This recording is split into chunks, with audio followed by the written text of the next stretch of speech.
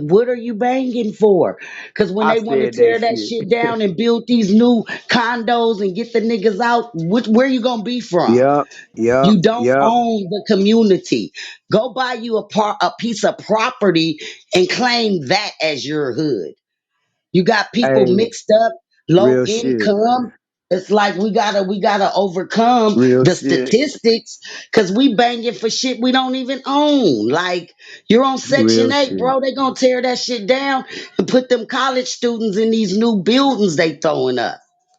Hey, that's real shit. Cause in Chicago, when they took the projects down, all them niggas, I told them niggas, man, cause I was down there, you know what I'm saying? Cause I was with LEP Bogus Boys and niggas was from the Ickies projects. And you know what I'm saying? Even though I'm from LEP and that originated in the Ickies projects, I'm not from the projects. I'm from a hood called Foster Park in Chicago that's all black pea stone. Hey, I know You know what who I'm that saying? is. Yeah, yeah. So Young it's like Chicago, when, yeah. yeah, yeah, no doubt, Chicago in the building. You know what I'm saying? But I lived in LA for 6 years. A lot of motherfuckers don't know that shit. But yeah, like it's like, man, when they knocked the projects down, I remember going through there telling niggas like, "Hey, bro, man, y'all think that shit, y'all gonna be able to do this shit forever?" I'm telling niggas, look, man, this property across the street for sale. Y'all need to buy that shit right now while don't nobody want that shit. You know what I'm saying? See what they do, the property value be so low. And they'll put it out there, but they know a niggas not gonna go for it. So Right. it's like they figure they do they due diligence. They gave niggas a chance to buy it, but they knowing it's like they make it where you don't want to buy the neighborhood. But me, I think beyond that, but they'll make it where niggas don't want to buy. Like, man, I don't want to buy no property in that fucked up shit. I know niggas that had the bread to buy the whole block and didn't do it. Niggas in the projects with fucking Lamborghinis and shit. And your mama got roaches all in the crib. I'm trying to tell niggas, man, that shit is this some clown ass shit, man. Hey, You know what I'm saying? one moment, bro. Let me ask the sister a question. Silky, you said you signed your first contract at 16. How was that? With Ruthless Records, it was beautiful. That was my first deal. So Easy E, to me, he never. I was in a group of 4 members. Our first deal was for $100,000 in 1993. So Okay. 25 racks a piece was lovely, you know. So like we got money, a living expense every month. It was beautiful. Actually, I was 17. So I had just got out of high school. I did a lot of ghostwriting for Easy. I wrote the record, I creep and I crawl. Got my niggas from Grape Street. Watts. I did a lot of writing for E. He gravitated to me like Tupac. They were like my god brothers. Tupac, Easy E never tried to get at me sexually. One time Easy E said, "Man, after we make all this money, you gonna be my bitch. Let's get this money." It was always a joke. DJ Yellow Hey would tease Silky. us and shit. Yeah, Hey Silky. Was BG Knockout and Dre still on the label at the time? sure was. I appeared on old school shit featuring BG Yeah, Knockout, that Gangsta song's Dre hard as a stuff. motherfucker. That Thank song hard as a you. They motherfucker. forgot about your girl. Thank you. I'm gonna give you a follow, Silky. I'm gonna give you a follow. Follow Good me back, Silky. good This is looking. RJ. Yeah, Oh, everybody on oh, stage, man. Let's shoot No Silky a doubt. follow, man. Make sure she feel comfortable in the goo gang. You Yeah, always I got definitely homies hitting followed you her. up. I I ain't gonna like front the that's goo big, Silky. gang. And I I'm didn't even glad know. I jumped in on the goo gang because, like I said, I always had a gangster mentality. Goo. So ain't no neighborhood gonna check me. I Ain't mean, you know nobody what it gonna is, get at man. The me. Goo Gang Clan. Yeah, You feel me? that's facts. Goo. Salute Rocky. Salute. Yeah, Goo they not Salute Gang Silky. checking me out Clan. here. Goo. You know what I'm saying? What's up with the Hey, Go y'all, Gang? everybody on I just came stage, to if show you ain't some following the love club, you will get dropped down. to So the make Go sure you Gang. following the club. We got a real one in the building. We got Silky Fine in the building. We got Sleepless in the building and the Hunter ENT fam, man. So everybody make sure you following the club. Let's keep this conversation going, man. We got a real I got a real quick question for Silky, right? Um, do you see a difference between that whole? Because you was with E when they did the Sleazy E whole thing, right? When they was doing that, you see like a difference between what 6ix9ine did with Dirt and and the sleazy E thing, because I feel like it's the same type of thing, but everybody want to blow it out of proportion now. But you know what I'm saying? It seems like the same type of thing E did and Dre did with the AJ. Yeah, the difference now is that more guns is involved. Like back then, people would set up meetings and shit. They might try to rough you up. But now it's like so much, everybody carry guns. So to me, like it was beef back in the day, but it was on records and it kind of stayed on records. But now the beef went from records to like real life. When I see you, I'm getting at you. And I ain't getting at you with my fist. I'm coming with metal. Mm-hmm. So I just, yeah, it was more friendly competition. I don't think Dr. Dre and Ice Cube and Easy would ever came at each other and shot each other down because everybody really had their own place. Today's society is a lot of clout chasing. Everybody wants to be famous. So if it's disrespecting somebody, if it's, they just take it, they take it too far right now. It goes deep, I don't even give a fuck about a 6ix9ine because I'm not from where he from. He didn't affect me. So more than likely, if 6ix9ine had a bag and wanted me to do a feature, I'd do the motherfucker. So it's like, everybody judgmental to what he did. If it didn't have nothing to do with you, what is you worried about? Silky, what Because a was the strong person ain't gonna let a rat get them. They gonna get the rat for sure. But you never know what opportunities and what type of money is involved. Because everybody, like it was stated, want to take care of their family. Like before, when Wax said something about Nipsey not being a legend, I could agree with that. Like, why is everybody mad? He might have became a legend after he died, but that's not taking nothing away from him. But like historically, he did a mixtape. I mean, he wasn't a Billboard, Jay-Z, P. Diddy chart breaking artist. So like people take shit too serious. It's freedom of speech. We got the right to our opinion, and it ain't right for other people to take a man or woman's opinion and make it a big ass set tripping thing. And I appreciate this room. I respect this room. I'm not hearing a bunch of, yeah, motherfucker, bitch, I fuck you up because we could do that off the clubhouse. That's the Thank fact. you. Thank Silky? Fact. you. What was it like to make music with Pac? Man, that was such a great experience. That's why to this day, Pac gave me the name Sylke. That's why to this day I can freestyle my ass off. I'm not talking about going to get no written. I'm talking about I'm in the Goo Clubhouse and I know they run their mouth, but they talk about us, then I'm gonna give them more than a bus. Trust, it's like Tupac taught me how to get in there, and if you mess up on your first try, you're not on the record. I am the reason. That's why I love Busy Bone. He shot me out on his interviews. He let the world know it was Sylke Fyne that made the connection between Tupac and Busy Bone. Tupac had a lot of good stuff he was about to work on. He was about to release. He wasn't afraid. He wanted a female, me and Storm. He said, y'all the hardest females. I'll never let y'all down. It was more loyalty and respect towards female artists. But I do gotta say, a lot of these bitches, they messed the game up. You come in the game fucking, you gonna leave the game getting fucked. And it was like I had a choice. Either get the no Vaseline treatment with Grand Jury Entertainment or stand up, speak up for myself. I never went and got nobody robbed. I personally went to the people myself with a 4-5 and said I'll die for my shit. So which one of us gonna go? And they let me go. I never signed the contract. I got that ass cap. I cussed they ass out, told them I'ma sue y'all because you've been giving my royalties and my publishing to some people without a signed contract. So that just opened up the door. I went pro perp.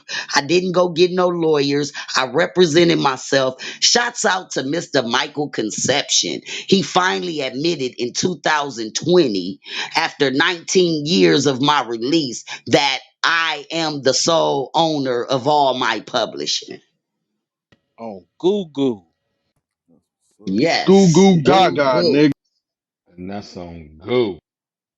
And they tried to start a lot of beef with me and Mike, and I was told like I have my book coming out, surviving a hit, which means I survived a hit record because I'm a real bitch. After Romeo and Juliet, 2 years later, them niggas wasn't paying me my royalties. I was back on the block serving, selling dope, doing the whole shit all over again. That's why I'm never too big or I'm never too conceited or I never go around like I'm the best rapper. I'm the best.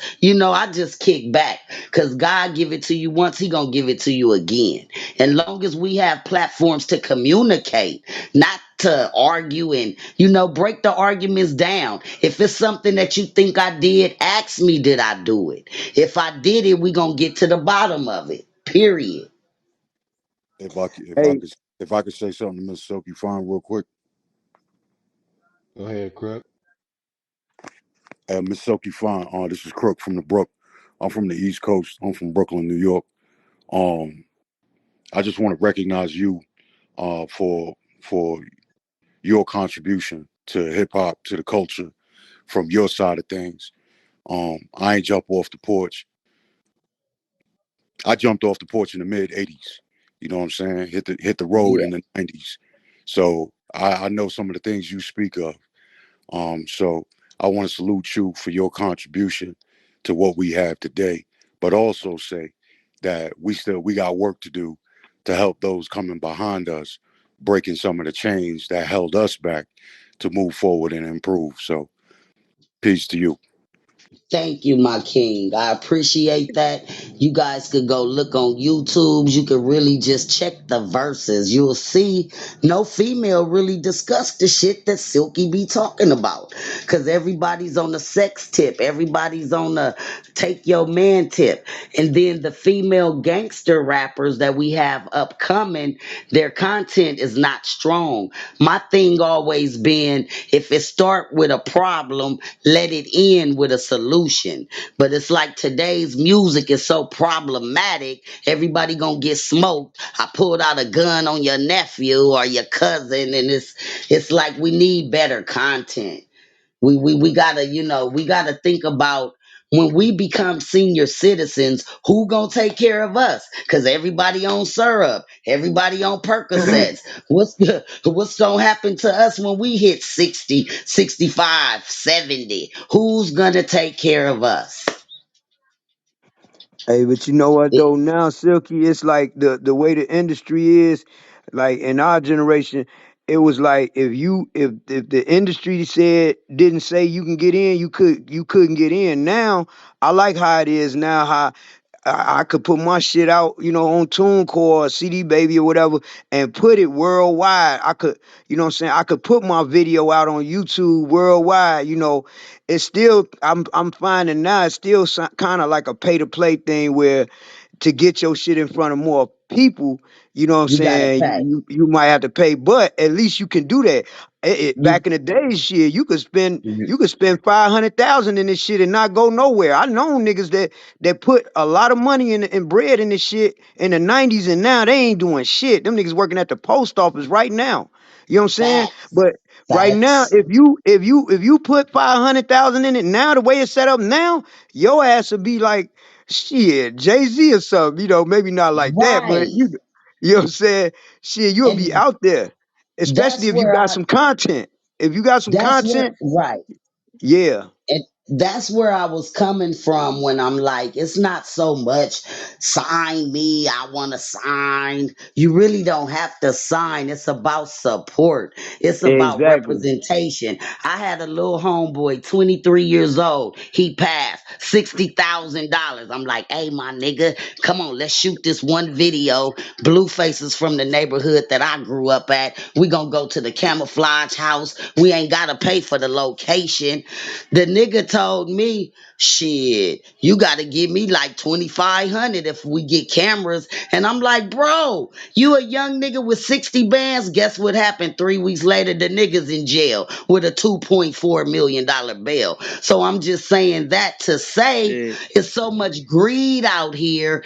I don't want a record deal because the artist is the deal. But when you get genuine people to support you, it helped with the promoting. You do need that push to get your music on the radio airwaves. And that come from people having relationships with Yeah. people. If Silky wanted to campaign and go hit the stations and oh, they're gonna play my music. So once we learn that we are our boss, once we learn how to be team players, the money talk. So if somebody invest in you, of course they gonna get a return. But when you can be an artist that can minimize the price by doing your part, it only make the team win. Like last night at the party, some dudes was approaching me, yo, yeah, you Silky Fine. They like, you still look good. I was rapping on the camera. They like, your vocals are still strong. But don't nobody want to see no old rapper. They was like, not to say that you look old or you busted or none of that. It's just the rules. It's like the Illuminati to this shit. It's like you gotta be a certain age. I said, check this out. It ain't no age limit. It ain't no time limit on talent. God Hey, they didn't put call no that date. they call that target marketing. Like nowadays we could get out there to our audience. The audience is out there. You know what I mean? It's just about Right, getting out there. So yeah, you got some young nigga. I got a little young nigga that I'm putting on my little godson. He do all that Chicago drill shit. You know what I mean? His guys, they don't even listen to my shit. You know what I'm saying? But I got my audience out there. My audience is out there. You know what I mean? You got motherfuckers like you got motherfuckers that was hot in the 80s and 90s. They doing shows in Japan. We don't even know they still doing shows. They getting shit. They getting 50,000, 100,000 a show overseas. So it's like really, it's about getting out there to your audience. It don't matter what you right. do, cause you I you could went to fuck around and be Europe a last year. Exactly. exactly. They pay. Yeah, that's a You After fact, could 20 bro. something years, I still get paid, but it's not in LA. Today is the exactly. Crush Grooves. They never include my hit record in the Crush Grooves. Like, what's the difference between an old ass Dog Pound record and Romeo and Juliet? There's so many politics if you don't have the right team behind you to push that door. And I believe in this industry, you do need the muscle behind you. But you They know what don't though, Really, respect, Silky? you a West Coast ruthless icon, though. You know. and You they know don't what, They respect. Silky? played that song. Yes, It's sir. like this. You can, you know what though? You do need a team, but it really, the team don't really have to be, when on the business side, the team really don't have to be as big as you think. Cause I be seeing Whack, you know what I'm saying, just watching and what's going on, and he be making like a whole lot of moves by himself. You see what I'm saying? So Exactly. it's like niggas be, you know what I'm saying? It's yeah, you got But the then gang is there. again, using It's him as an example, he do have a team because he do yeah, have artists that he with to make sure they get in those places. Blueface cannot go. The little boy is from my neighborhood. Blueface cannot go book no arenas and no tours without the man behind him. He don't have the knowledge, the connections, or the skills. So exactly. it ain't no one man band. Because if that was No, the no, case, no, it ain't. everybody, it ain't that. You gotta It have ain't. a right team. When I was being promoted and on Ruthless, I had a team. Even with Romeo, the Raw Silk album, the team might not have been fair, but I had a team. So I've never believed in the one man can do it all. You can't. You just can't. You No, need you can't. somebody You to make can't. them phone calls. I can't call it, hey, this is Silky Fine. I want to get on the show. They're not gonna respect that. But if somebody call it, hey, this is Big Joe. Hey, this is Mary. I represent Silky. I might have a better chance. Representation is everything. Yeah, you right. You right. You Sil, can right. I But ask you a question? Yes, sir. What was your time like with Easy? Man, those was the best times ever. Like being with Ruthless, a lot of people say people will let you do what you let them do to you. Like I never had a problem. Easy didn't leave his artist stranded. Even though we got our signing money, he made sure we got a monthly salary so that our rent and all that shit was taken care of. We had per diems, whether we was just going to their show, going to the Bone show. He made sure that everybody had a monthly salary. It was just like he was the most humblest. I used to say, Eric, you just a black man trapped in a white body. Like it was like his spirit. You would never thought he was gangster, South Side Crip. He really elevated and he taught his artists a lot about diversity. That's why I can go through the 30s from the 20s to the hundreds throughout LA and nobody's gonna disrespect me on no street level because I can go to the communities and bring peace and motivation. It's not always a negative ride. People don't, if you bring negative to them, they're going to react negative. If you bring love and some positivity, that's all that's going to take over. And I do got to say, a lot of females fucked the game up for us. They were younger after me. They had the opportunity. They threw the ball. They fumbled it and didn't pick it up. So I get it. A lot of dudes don't like to work with females because of emotional problems and relationship problems, and a lot of females is just fucked up in the head. They don't have high self-esteem. So I'm not conceited. I never in high school everybody was wearing the little high heel sexy. I always wore Pumas and Chucks. I always dressed like down because when you grow up and people tell you, oh, you so pretty, you so pretty, either you gonna get big headed or you not even gonna accept that shit. You just gonna say thank you and try. Like my uncle told me, I saw this pretty ass girl. I was about to go talk to her and she lit up a cigarette and I went the other way. I was like, Uncle, is that what keep niggas out your face? I start smoking cigarettes at 14. It didn't keep them out my face, but yeah, I gravitated to whatever I could do that was kind of ugly because I wasn't stigmatized as pretty. And then in this generation, everybody, it's a certain look. And I'm just glad I don't have that sloss and swap meet look. The big lashes, the big long hair. It's like all the bitches look the same. Y'all getting these fake asses. Y'all getting y'all bodies done to impress who? Because that shit lead to health issues. Then what your man gonna do? He gonna run out on your sick ass. Like we got to get back to being real. Real is rare. Real is necessary. Hey, Silky, Hey, you Silk. just made me reminisce about her Sloss and Swap Me. I ain't been there in so long, man. Man, it's a look out here. And you could put 100 girls in the room and they all look the fucking same. Loss of identity Hey, out Silk. here. It's just so Remember? much. Hmm. Hey, Silk. Remember when BG Knockout and Drayster got into it with the Dog Pound, and they had that little fight at the golf course or whatever? How deep was that beef, and were you into it with anyone at the time? No, like that, like I said, when we go back to the 90s, the early 90s, it was more like on site, we're gonna get down. To me, the beefs were never that big. Cause one thing Eric Easy E always told us is that I don't want y'all involved. Whatever I got going with Dre and Cube, that's my group. It have nothing to do with the artists on my label.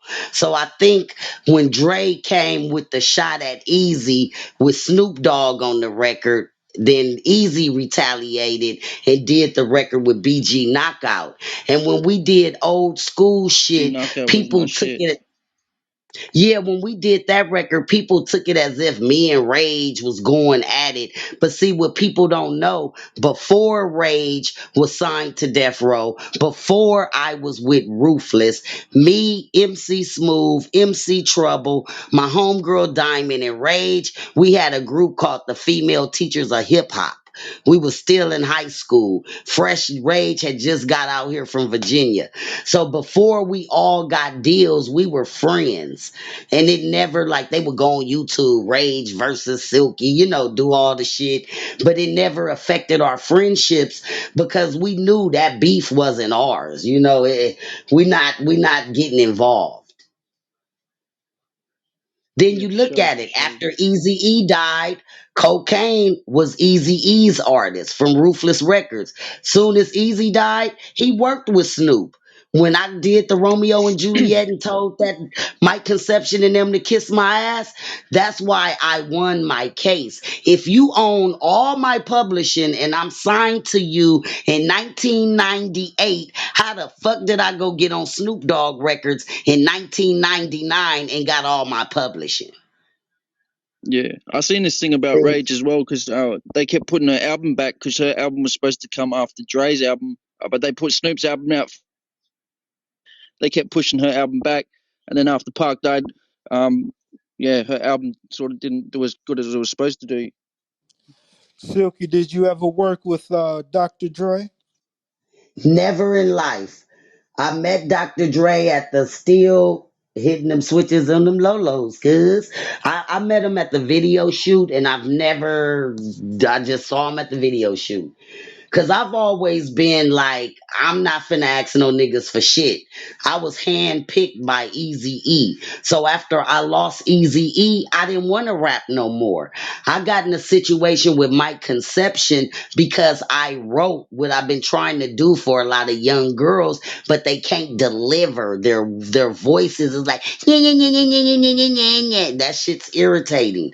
So I tried to develop a couple of females, but they don't have the delivery. So when I got with my conception, I wrote the record for an artist he had called Ain't Misbehaving.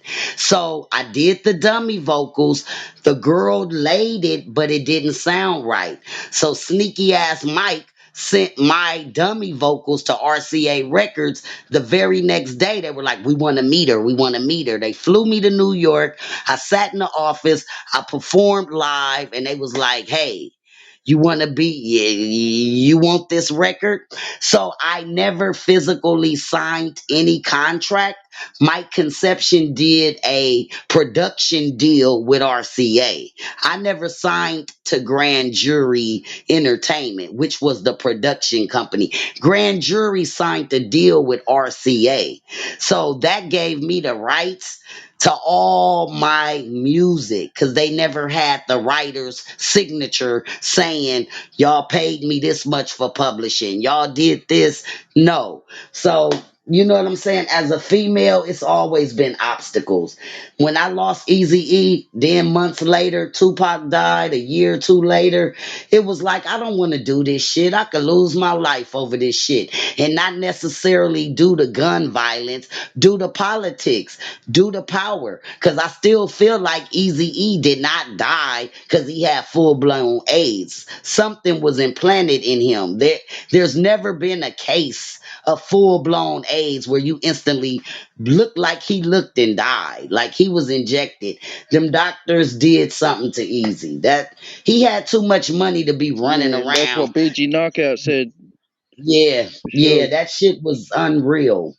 Yeah, he said, how does a man get it and get that bad in a few months? None of his kids got it. His wife ain't got it.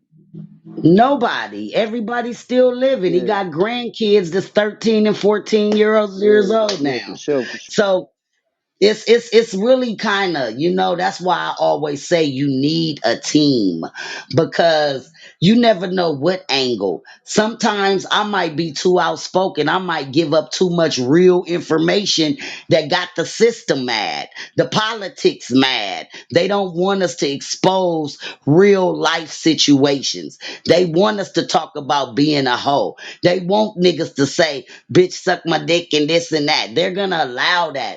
But the minute you become political gangster, Yeah, it's all about militant shock gangster, they value shut you in the down. lyrics.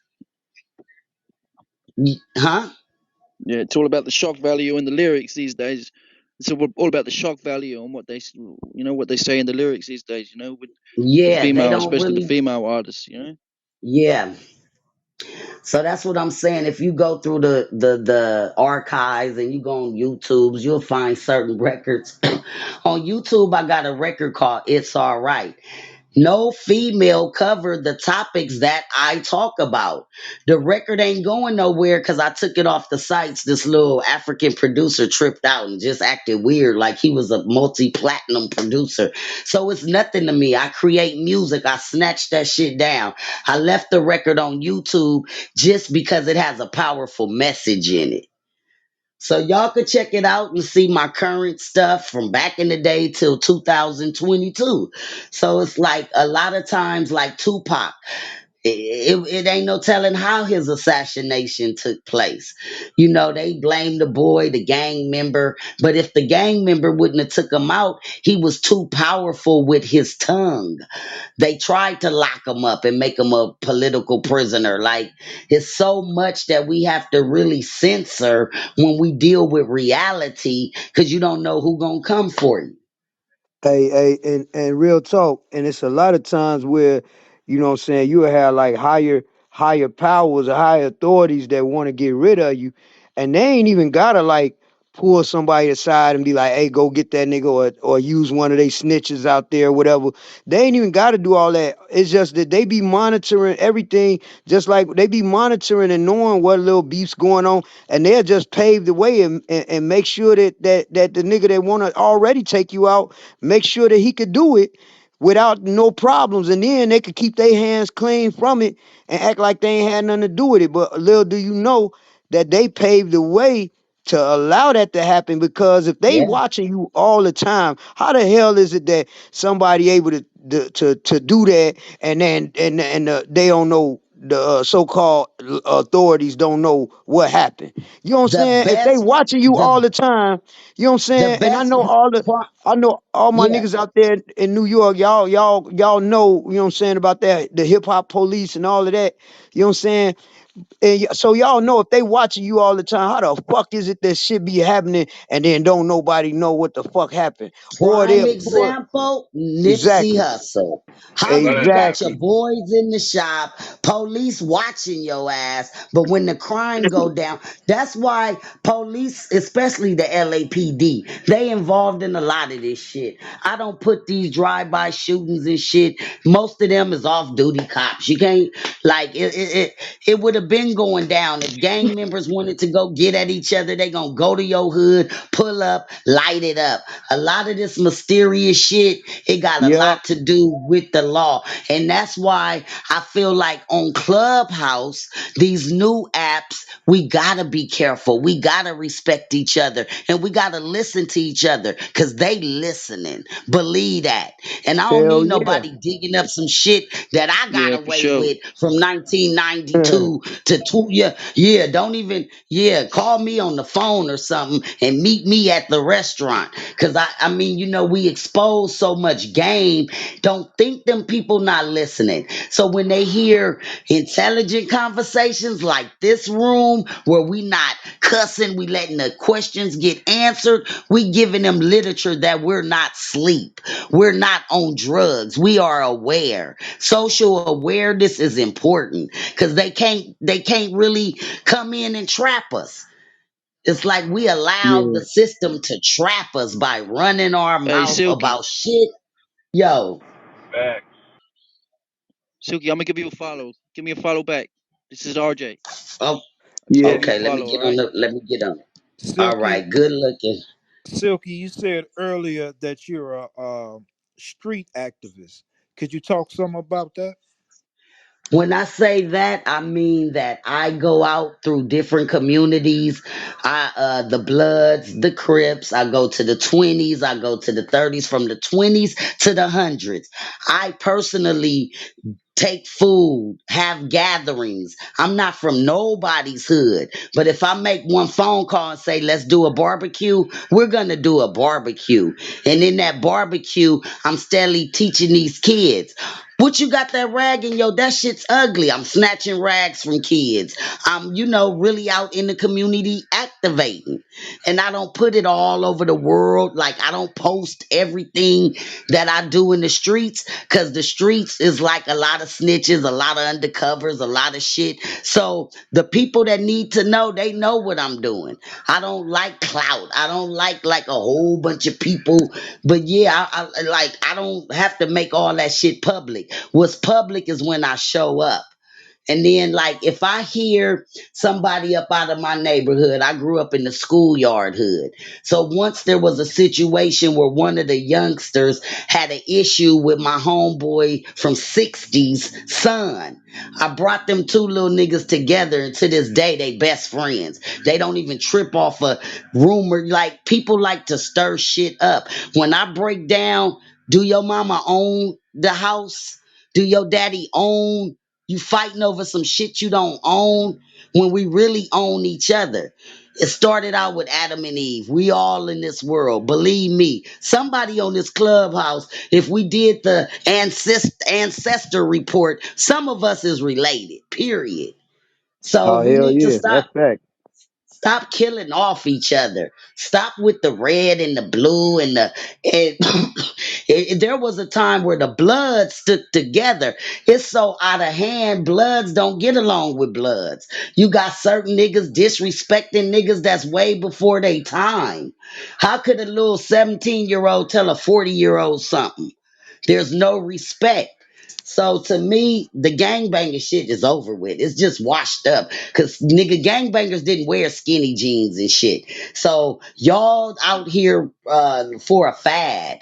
Like the way these gang members dress today, y'all not khakied up. Y'all not out here taking fur coats from the white people. Y'all taking shit from the white people, but you tearing down your own community by hatred, jealousy, over bitches. You know, it's like, come on, leaders, slap the shit out of some of them, get them right.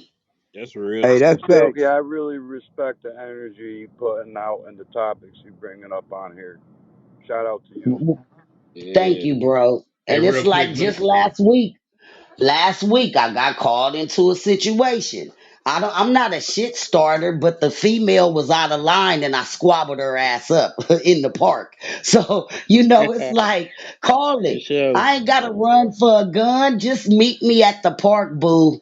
We gonna get down. We gonna leave it alone. And the best man win. I don't got no scratches, no bruises, no nothing. 20 minutes of squabbling at the park. So don't call me out on no bullshit. Because I'm not coming for war. I'm coming to kick ass. That's a fact. Real Let me get a shit. reset, y'all. Hey, salute to Silky Fine, y'all in the Goo Gang Club, man. If you down in the Goo and you trying to come up on stage and chop it up with Silky, make sure you following the mods and following the Goo Gang Club. Go up and smash that Goo House so y'all can come up and contribute to this conversation. Man, we got a real one in the building, y'all. So let's show her some love. Everybody can shoot her a follow, and let's keep that conversation going. Hey, Cool. Silky. Hey, Silky. I just followed you. Follow me. I'm Gunsmith, LEP. Born in Chicago, raised in LA, back in Chicago. You know what I'm saying?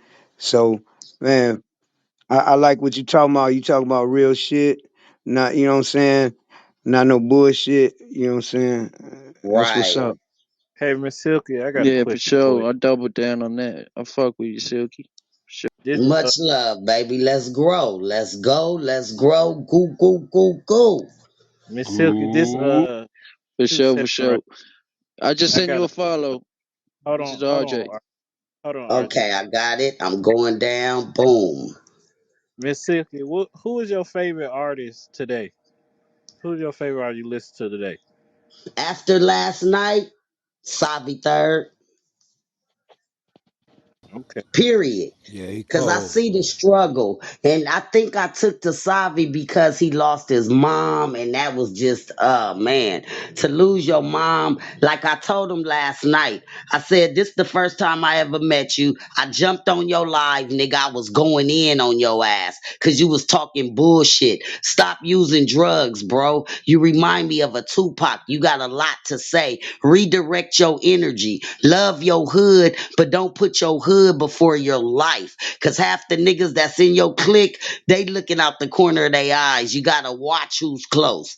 He was like, "Word, yeah, word, motherfucker. Don't ruin your career on drugs because your lyrics is hitting some spaces. You got content, just don't focus on your set, baby. Let that set shit go. Love your hood, respect your hood, but you can't take it with you. Period. So that's who I'm gravitating to right now. I'm into I listen to the Let Me Be Clear. I see where he going with it. And I feel like on the West Coast, from the West Coast. He make better music than YG. He make better music than Blueface. I'm looking at the people that's on the forefront. Like, I think like back in the day, we had the West Coast on lock. We had King T, the Alcoholics, NWA. We had Exhibit. We had like so many West Coast artists to where is right now, okay, Kendrick Lamar, I love him, phenomenal, but he can't hold our coast down. YG, he couldn't hold our coast down. The Game, he can't hold our coast down. We need more artists that got content to step up. We need the Silky Fines on the West Coast. We need the Savi Thirds. We need the a new little dude just came out, I heard. But it's just certain things that we lost as a culture on the West Coast. And I love the East Coast. We let the South, everybody jumping lowriders. We let Diddy move out here and open up Revolt TV on Hollywood Boulevard. Like it's a lot of things that I feel like our coast didn't stay together because one thing about it, when it was Death Row Records, Ruthless Records, you was not setting up your offices on the West Coast. That wasn't happening. Not Right, to right. say, let's go against each other, but ain't nobody from the West out in New York setting up no multimedia companies and, running through there like that's our town. So a lot of us start disrespecting each other and riding the dicks of others, and they still cut us out. Revolt ain't doing shit for our artists that's really from LA, but ain't nobody sweating Diddy about his business because, hey, he's a businessman. And I'm not disrespecting Diddy or none of that, but I just feel like when you come to somebody's state and you got these big businesses, you got to open your opportunity to the hometown people. He not letting us work at Revolt TV. He handpicking them squares. But like, yeah, it's a lot of content missing out of our industry. Hey, but you know what, Silky? A lot of times when niggas do that, what they do is they'll come to your town and they be picking and choosing. They'll pick somebody here, somebody there. That's just like when Jim Jones came to Chicago finally after his little beef with JoJo Capone. He tried to use us. I guess he thought we was gonna be able to protect him or something. But Chicago politics is just like, you know what I'm saying? It's just like anywhere else, you know what I'm saying? It's like just because you cool with this group of guys or this set or this whatever, that don't mean that everybody shit. The vultures still coming for your ass. If they want you, they gonna get you. Hey, excuse me, brother. True. Gonzo, What you Gonzo. say? Yeah, Let's yeah, not right let, here. let's not talk about stuff like this. You right, you Okay. right. You right. Hey, partner body. That's what we say in Chicago. We say partner body. But yeah, yeah, it's all good, man. You know what I'm saying? Right, Yes, not sir. to It's all disrespect good. nobody, but it's just codes that us out here on the West Coast, we broke a lot of our codes. We deal with too much disrespect. And once you let a situation be disrespected, it carries on. We all heard the stories of the Biggie and the Tupac beef, and that shit could have been all made up. But I don't think in 1995 Diddy would have moved a business to California. That's all I was just trying to, just say how the game shifted. No And way. I love it. I feel like we should all be able to go to different states and open up shop. If I open up a gumbo spot, hell yeah, I'm taking it to Chicago, New York. Right. That's business. So I respect business, but I'm just saying, like with the whole check in mentality, that's ignorant to me. Cause I don't need no gang members trying to tell me I gotta pay to come play. That's an ignorant mentality to me. Try to Right. have a solution like, hey, let's do some business together where you can't just have that old gang banging mentality as grown men in this business. That shit gotta stop. And if you really think about it, it really ain't. It's like they'll do that, but cats ain't gonna go to they ain't gonna go to them white people. You know what I mean? And Hmm. not saying that they should, but I'm just saying they ain't gonna go to certain what I'm saying bigger entities. They'll just come to the lowest hanging fruit, whatever is it seems like it's easy and comfortable to go at. You know what I mean? They won't go at certain entities, but that's how it is though. And see, this is my thing. Like, just say, for instance, with a clubhouse group, if everybody in the group slide $1, we got 100 people in the group. We got 2,000 people in the group.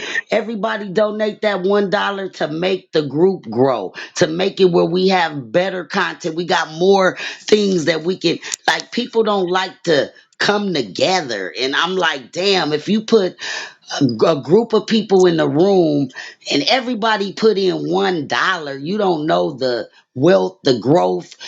People are so damn greedy and self-centered out here. I get we got to take care of our family, but the game is when you win, you open it up for your other partners to win, not hold it all down, not start a football team, one of those of our organizations, but you only putting your homie kids on the team. That's biased to me. That's not beneficial to me. You just looking out for a small circle. So don't go out here getting these nonprofits and you're not helping the world. You're helping your homies, which is okay, but like we gotta change it up. We gotta start having potlucks. We gotta start giving big picnics and inviting everybody come in peace, because the more we get together and use these platforms like Clubhouse for us to get to know each other, then we can set plane trips and come on down here for the weekend and we gonna shoot to the beach and have a cookout. Oh, I'm going up to Chicago this week, connecting with my boys. That's what our world, we need that. We need to be more involved in our culture. We have lost what it is. Yeah, Nigeria, niggas. We let the white people put, not just necessarily the white, we let the other race of people down us, and then we don't respect us. We got to start respecting each other. That's a fact. In order to help the youth, we got to lead by example. And like these bloggers, they get on my nerve. Like every time somebody go live, here they go. Then they instigate the story. Like I be wanting to just beat up some of the bloggers. Like you're instigating shit. Like that's why people should know when we're on the platforms, it's all recorded. So they will use this shit. So just be mindful on what we say and how we say it. I'm sure somebody gonna go proofread. Hey Snoop, Silk said that they said her verse was better than yours after 20 years. So what? It's the truth. I'm not making it up. Snoop Dogg stopped talking to me because I went on my live. No, I did an interview, and the interview was with one of these big podcasts, and they asked me how was it. I said I think Snoop is a studio gangster. I mean, I got the right to my opinion because I know people in Long Beach. And Snoop became a rapper with Death Row at a young age. And I don't recall Snoop going in no gang banging hood, hanging out, drinking 40s with the homies at the park. So quit Yeah, trying that's to a fact. promote gangster rap The homie when you're BG not living a went in on gangster him. life. That's real So shit he right got there. mad at me. He got mad at me, and I didn't do it on purposely. I was just speaking from my facts and how I felt. Because if you not out here, I'm not about to make no records glorifying, yeah, cuz, throw your rag up, blood. I don't live that life. Yeah, I for know sure. about that And life, but you out you from here the wearing era blue where rag suits. You out here promoting some shit like you really crippin', and you're not. So I proved that, and that's how I felt. And the nigga had Warren G, Daz, the whole, hey, Silky, we gotta fix this. He's the champ. He's your champ. But I don't like how he promote gangs, and he ain't out here talking to the gangs. Yeah, that's a fact. You come from the era where, if you ain't living it, don't rap that shit unless you really living that life. Mm-hmm. Hey, but you know If what, I, Silky? I yeah, feel like it's kind of like what you saying. If it was me, I would have took that as an opportunity. If I really am that nigga, I would have been glad that you saying I'm not, because a real motherfucker that's really out there, you don't want to get indicted over this shit. So if I got right. somebody calling me a studio gangster, I would have been shit. I would have been glad. I'd be like, yeah, I would have came to you and like, how you push that shit, like, yeah, I need you to do a few more videos like that, because yeah, that, you know what I'm saying, Yeah, kind you of on cover there my shit cooking. up. Yeah, you on there cooking with Martha Stewart, bro. Stop wearing these blue rags, cause you got my little homies thinking this shit is cute. Now everybody at the swap meet wearing bandana clothes about to get their heads blown off. So to me, that shit, and I got the right. Just like when that man, Mr. Wack, wanna speak on shit, we got the right to our opinion. And if it ain't true, prove that it ain't true. Nigga, you're not in nobody gang banging hood doing nothing for the Crips or the Bloods. You're not doing that, Snoop. You just did a gospel album and then you went back to being Crip Dog. It's just, but I'm wrong for speaking on what I see. I worked with you, bro. I ain't never had nobody rob you. I ain't never sent nobody for you. But instead of him saying, hell no, I ain't no studio gangster, he never said he wasn't one. He never stood up. He never was seen in the community. And the reason why I called him a studio gangster is because we had a gang summit back in 2018 where he was supposed to be the speaker. Well, I was in the back. Somebody called Snoop, said, hey man, don't come. Such and such is here. The nigga didn't show up. So that's why I called him a studio gangster. Yeah, that's real shit. Hey, Yeah, Silky, Hey, this is I'll be Dro. I Silky. got a glad. question real quick. Silky, this is Yep. Dro. I got a question. Um, you being around Death Row as much as you were in the past, and you obviously know Wack is pretty much keeping this app afloat by himself on here. Have you ever worked directly with Wack? And if you have, what was that like? I've never in my life met Wack. I heard him on a interview one time say, one thing about me, I don't fuck with no female artists. I ain't fucking with them. So I never had a reason to want to meet him. It was like, well, I can't go that route, because I feel like what he did for Blueface was a tremendous. Because, like I said, I come out of that area. Blueface was doing this thing, putting out his mixtapes, and that's as far as it was going. Wack stepped in. He gave that man a platform, and that's why, at a young age, I'm quite sure Wack influenced him to have a restaurant, to try to do something different. Because I mean, he got a good little image. But he's not the best rapper. So I don't think Blueface rapping for another 10 years is gonna keep his bag up. So I just think that Wack is a great mentor to the people that he worked with. But I never had the opportunity to meet Mr. Wack, and I wouldn't be afraid. I wouldn't be biased. I don't give a fuck what people think or what they say about another person, because that's just their opinion. I might have a whole different opinion. So why would I listen to what some blockhead starting shit and got people names in their mouth that don't got nothing to do with them interfere with me meeting or communicating with somebody? That shit is ignorant to believe the hype. I stand Hey, strong. I stand tall. I'm not inferior, intimidated by the truth. I Silky, I like got a question. facts. Hmm. I got a question. Being that you were with Death Row so long, did you ever run into a godmama? I never was with Death Row Records. I never even encountered anything with Death Okay, Row my Records my because apologies. She I was thought you. from I when thought you. she was when on I Ruthless worked with Records, bro. Easy Oh, level. Okay, my Yeah, apologies. when I worked with Snoop Dogg, Snoop Dogg had jumped ship and moved to the South with Master P. So, I Oh, worked okay, on okay. the Top Dog album. And then I worked on the East Sider album that had nothing to do with Death Row Oh, that was Records. fire. That album was fire. Yeah, that's probably why I never really met Whack 100. I've never been in the, company of people he dealt with. Okay, Hey, okay, Silky, that makes sense. you ever did something with Miss Toy? You know, she came over here to Yes. Chicago. She came to Chicago. She used to be here all the time. I used to be in the studio with her all the time. Yeah, we did a couple of records. Me, Miss Toy, Yo Yo, and Sugar T. We got a record. It's on YouTube and